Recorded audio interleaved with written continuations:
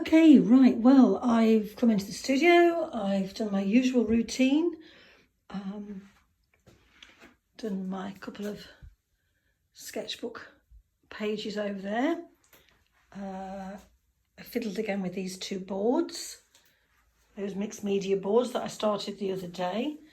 And then I moved on to a larger sheet of, I think this is an Archie's aquarelle paper. Again, using the cobalt turquoise deep lustre from Wallace Seymour, mixed in with a bit of the Daniel Smith Tiger's Eye Genuine. And I don't like it.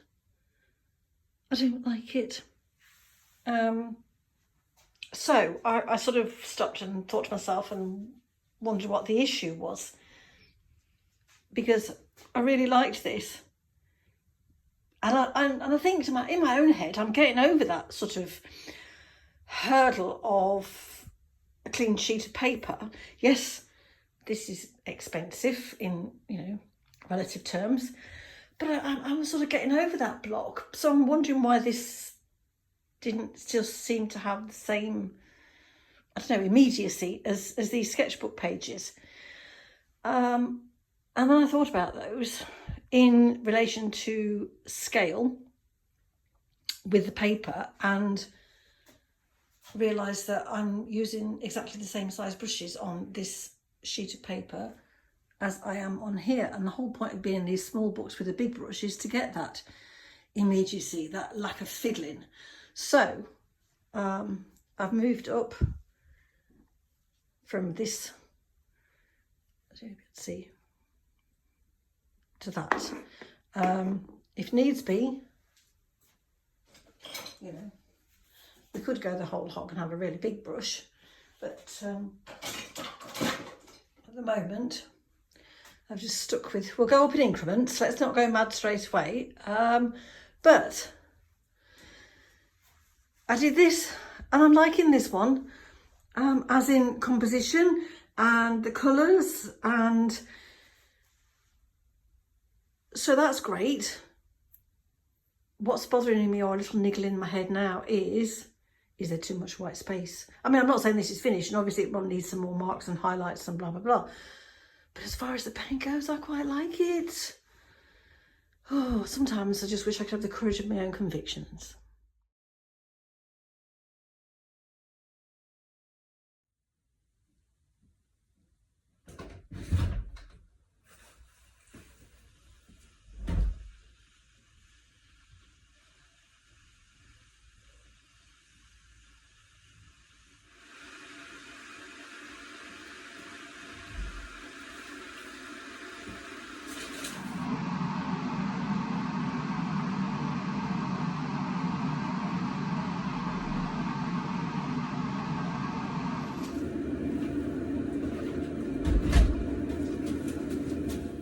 I ended yesterday's session with this one, and I really like it.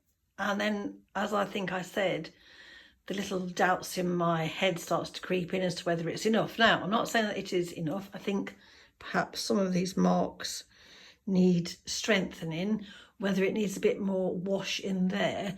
But the overall composition I like, and that real feeling of space and sky, I really like it. So my thought was today, I don't want to go back in there. I need to sit with this one for 2 or 3 days, or possibly over the weekend, and live with it, and then come back to it fresh eyes on the next week and see what I think it actually needs. And again, sort of, if I spin you around, those ones there, they've got some tiny little cropped ones there, and then obviously there's some there, and then behind there as well, you can't see, waiting to be, that one there to be framed, etc.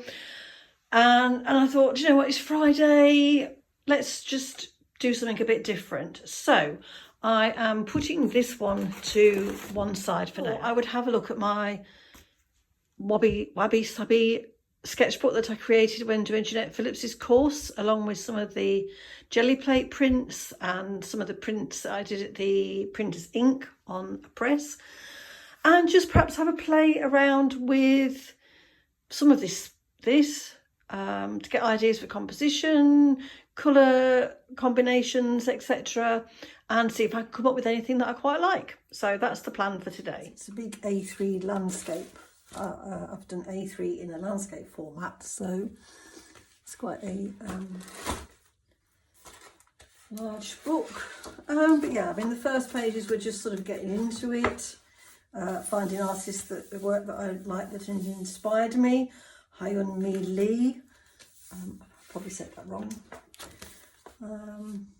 Images that I thought, quotes, poems, quick sketches. That's Hideaki Yamanobe. This one, I love this. And, you know, on the face of it, there isn't, you know, I said I was worried about that other one being not enough in the composition. You know, on the face of it, it's just having that courage of your convictions. Trying to capture the landscape in 3 or 4 marks. This is the Anne Johnson here, and then this is a jelly plate print that I did that just reminded me of these umbrals, like the cow parsley stems. Again, this is Yukimi Anand. I just love this. I mean, you know, there you are, simplicity. I just love it. And then we get into some more jelly plate. And I started, as I say, messing around with, here was an image that I took, well, it was the photograph I took while I was on Sky, and I tried to sort of recreate it slightly with using my jelly plates. Some more inspirations.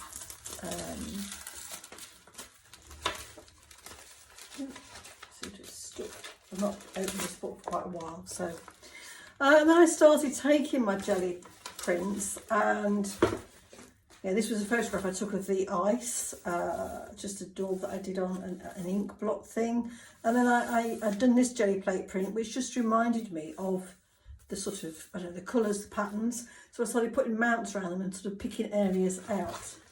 And again here, I just like this idea of there being more to the work. Oops. You know, here. Again, this was another image from Sky. Well, these both pages were images from Sky. Trying to sort of, this just reminded me.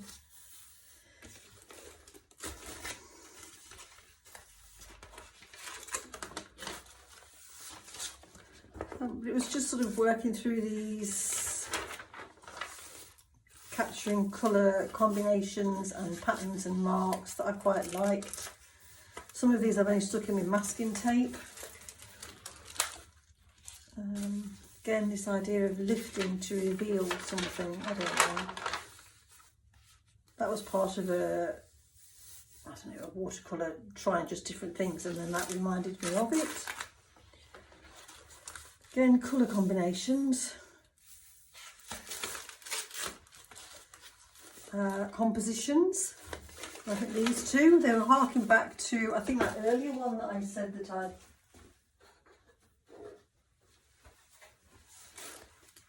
I'd cropped out, where it was a smaller sky and bigger land, or larger expanse of the land, and here again it's the same sort of feeling as with this one as well.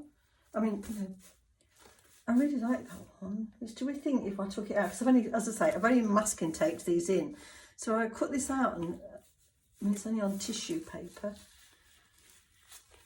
Would it stand up to being attached to a board? I don't know. Answers on a postcard, please. Again, some of the jelly plate prints that I've done.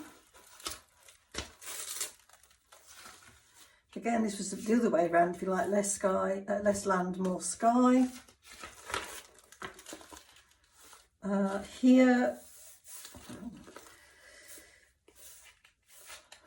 I just like this colour combination together.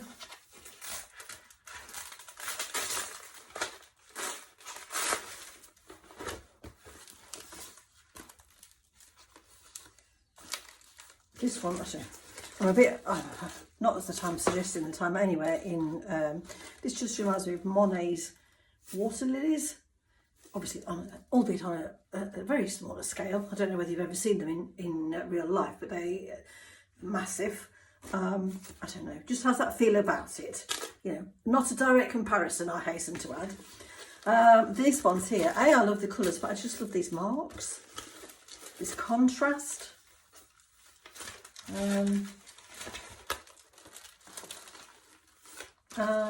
Yeah, and I think here as well, this one, this is work by Anne, what's that say? Anne Caffel. Again, apologies for pronunciation. And I sometimes worry about the fact that, I think I said in one of the big one that sort of got a purpley sky on the back there, that I worried that it was all quite monotone. There wasn't distinct, you know, contrast between dark and light tones, you know. And then this quite reminded me. And then I had a go at doing sort of combinations using the jelly plate, but adding in bits of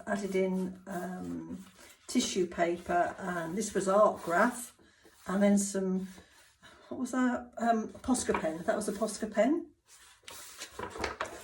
And the same here, some of the jelly plate print, art graph, this was soft pastel, and the same again there. So I thought today I would just perhaps try and play around a bit more with some of the mound of stuff that I've got, and just see if there's anything springs to mind there, or that I like.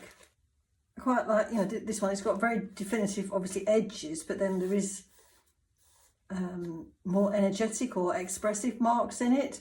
So that's perhaps something to explore, contrast between straight edges and expressive marks.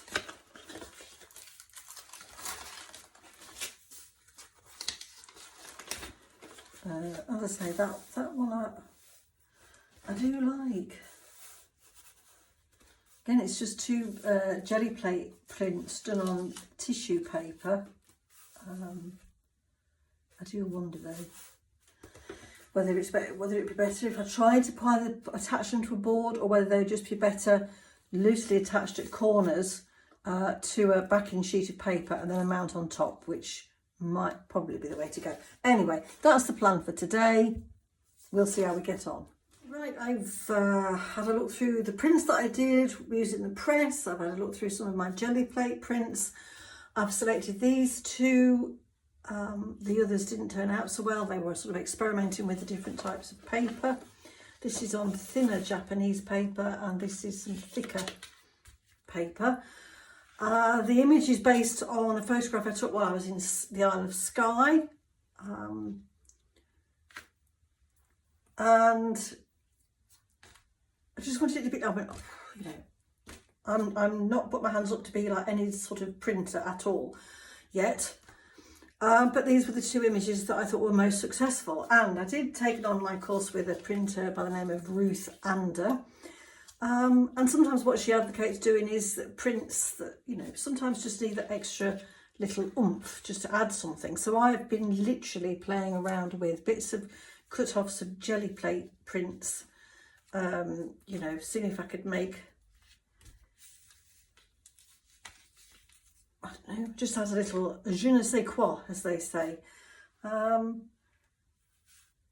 I liked this colour, but you know, in my head, this is obviously the mountain in the background. You've got the sort of the and then there's the way the tide and the sea and the land. But I didn't want to cover these marks up. Might highlight them a bit more. I don't know, with a bit of other another contrast.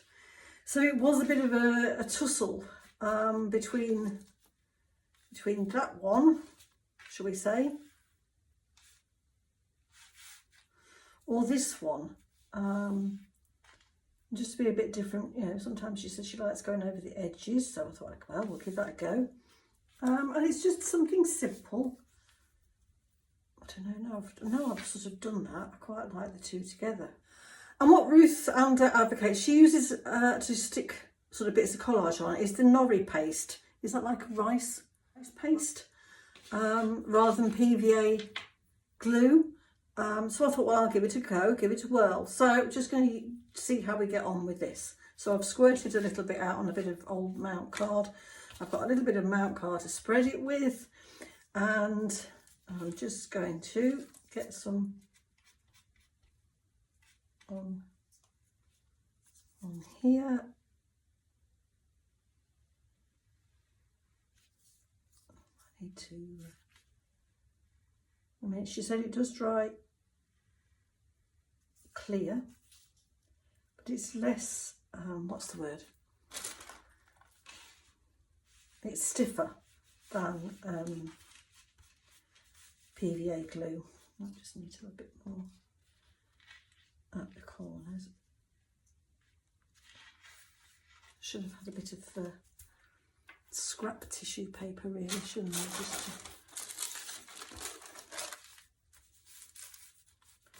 press that down.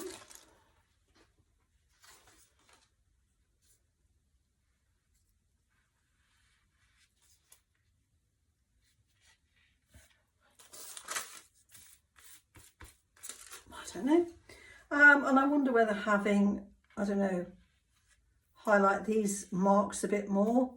You see on this one, obviously because the paper was thinner, they came out more pronounced. Whether on here, I think I'll try initially just to do it with pencil. I've got a 3B pencil here. Hanging around, I'm just, you know, the idea of the exhibition was to have the expressive watercolour ink washes for the Norfolk coastline, where it's, the landscape is more fluid, shall we say, nebulous, mudflats, washes, inlets, creeks, whereas the Isle of Skye, the landscape is, there's the solid backdrop of the mountains, the coves and bays, the inlets. Obviously there's the tide that, you know, obviously comes and goes, but I don't know how fast this nori paste. So that's hence why I was thinking along the lines of doing some sort of print based work for the Isle of Skye. Right, I'm going to have to stop filming at the moment because my battery's about to run out on my phone.